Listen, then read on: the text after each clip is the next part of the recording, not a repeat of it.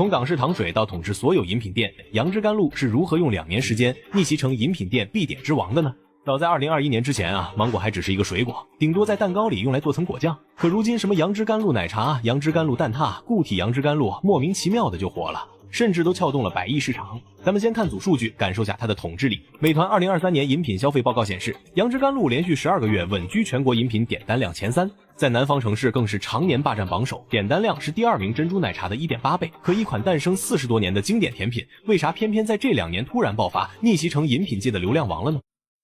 你有沒有發現楊枝甘露特別討巧？它不像奶茶那樣齁甜，也不像純果汁那樣寡淡，芒果的甜是自然掛的，西柚又來一點，微酸壓場子，椰漿和牛奶調的底，醇厚卻不膩，再加上西米的顆粒感，每一口都有新花樣。而且楊枝甘露也是有來頭的，甚至能精確到誕生年份。1984年的香港，天氣熱得讓人沒胃口，麗苑酒家的總廚歐錦和看着後廚堆着的芒果、西柚，靈機一動，不如把這些水果混在一起做個甜品。於是芒果肉打成泥，西柚剝成粒，加上煮好的西米，再用椰漿和淡奶調底，第一碗楊枝甘露就這麼誕生了。楊枝是借了觀音菩薩楊枝淨瓶的寓意，聽起來就清爽。甘露則是說它喝起來像天上的露水，解渴又滋潤。但在以前呢，芒果這東西因為運輸儲存麻煩，它只是夏季限定，北方想吃還得靠罐頭，可口感就差了一大截。而且那會兒它只在粵菜館和糖水鋪子賣，定位是餐後甜品，沒人想過它能走出這些店，變成隨手能買的飲品。就這麼着，楊枝甘露在糖水鋪裡安靜待了30多年，直到2020年，一場供應鏈革命把它從季節限定變成了全年在線。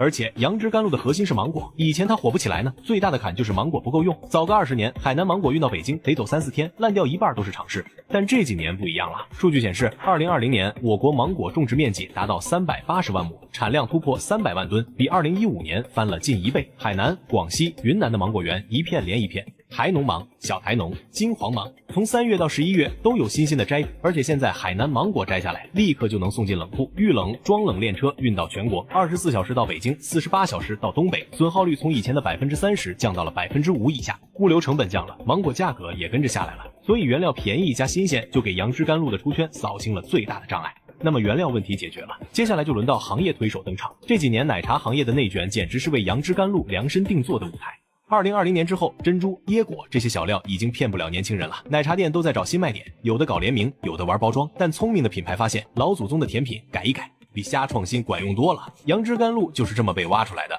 不到1年時間，全國2000多個飲品品牌都賣起了楊枝甘露。可火了之後，楊枝甘露也遇到了品質摻水的問題。因為配方簡單，很多小品牌為了省錢，開始偷工減料，用芒果罐頭代替新鮮芒果，味道甜得發苦；用植脂末代替椰漿，喝起來膩得慌。西柚不用新鮮的，用凍乾的湊數，這不僅坑了消費者，也砸了楊枝甘露的招牌。好在有頭部品牌們開始救場，而現在的楊枝甘露已經不是一款普通的飲品了，它的破圈能力，咖啡店用它做基底，加濃縮咖啡做成楊枝甘露特調，火鍋店推出冰沙楊枝甘露用來解辣。便利店賣即飲裝，隨時隨地都能買，甚至還有人把它做成蛋糕、雪媚娘等一大堆楊枝甘露家族產品。行業分析師預測，未來3到5年，楊枝甘露的市場規模能成為繼奶茶、咖啡之後的第3大飲品品類。以前提到國民飲品，大家想到的是茶和咖啡，現在越來越多的人覺得楊枝甘露也配擁有姓名，而小小的一顆芒果實在不簡單。